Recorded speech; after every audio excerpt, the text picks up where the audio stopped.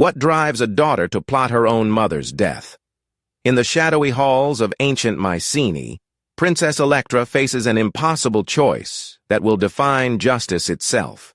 In the golden age of ancient Greece, when gods walked among mortals and heroes shaped destiny, the concept of justice was far more complex than our modern understanding.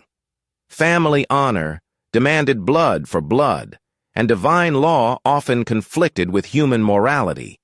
It's within this world that one of mythology's most psychologically haunting tales unfolds.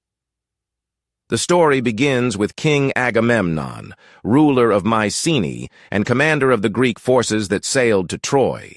For 10 long years, he led the greatest army ever assembled in pursuit of Helen and glory.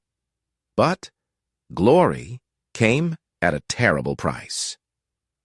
To appease the goddess Artemis and ensure favorable winds for his fleet, Agamemnon sacrificed his own daughter Iphigenia on the altar of war.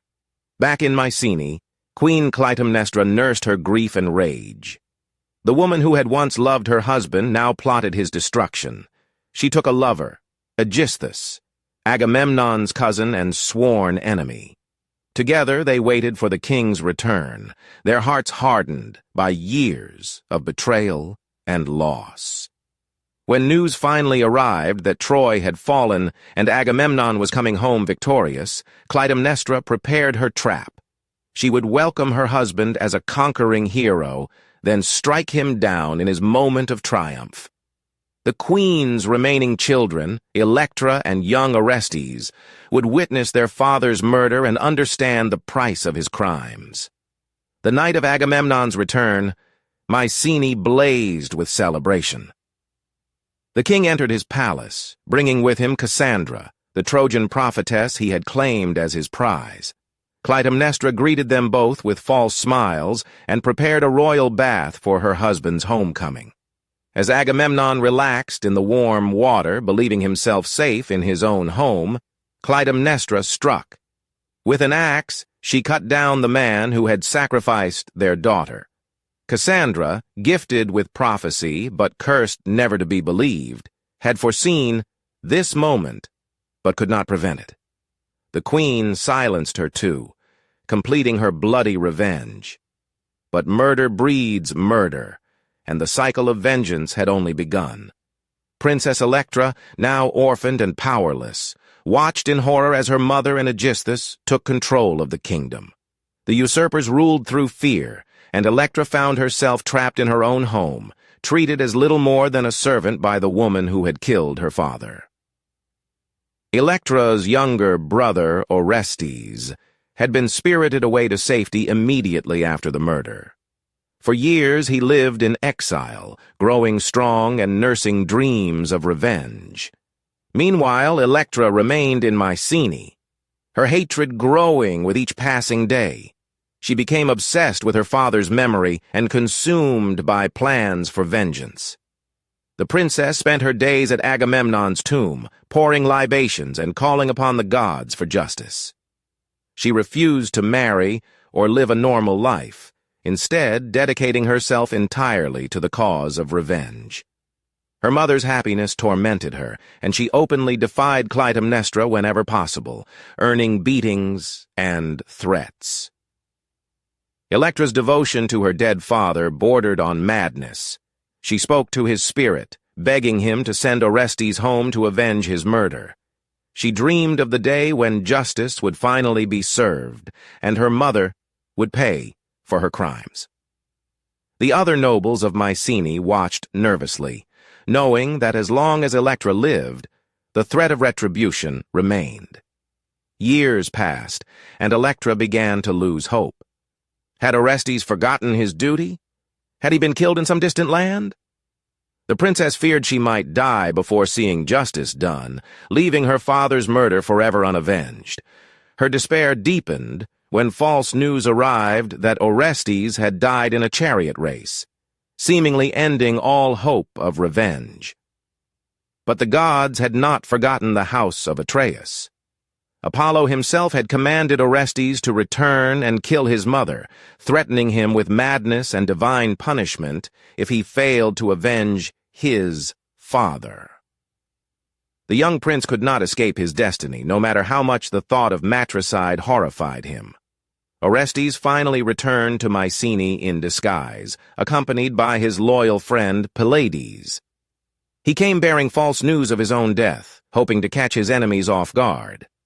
At his father's tomb, he left a lock of his hair as an offering, a sign that would reveal his identity to those who knew him best.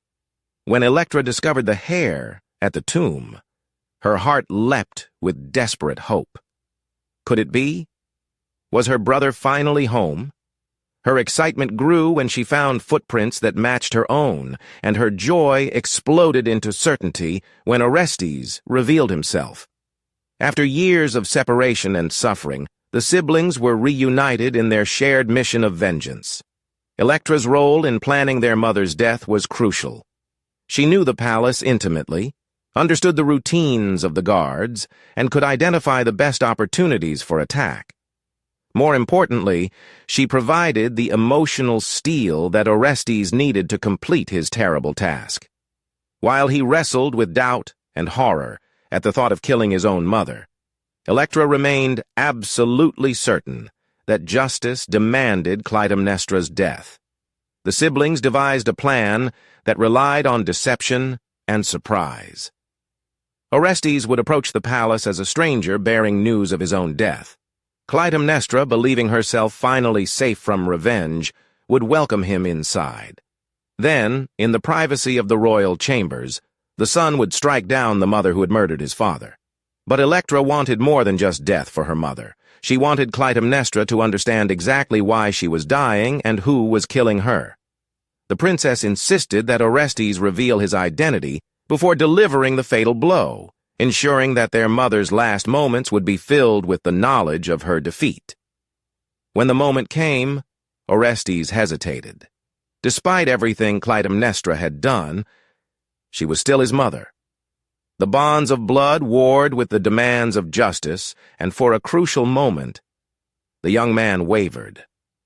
But Electra was there, her voice hard as steel, reminding him of their father's murder and the gods' commands.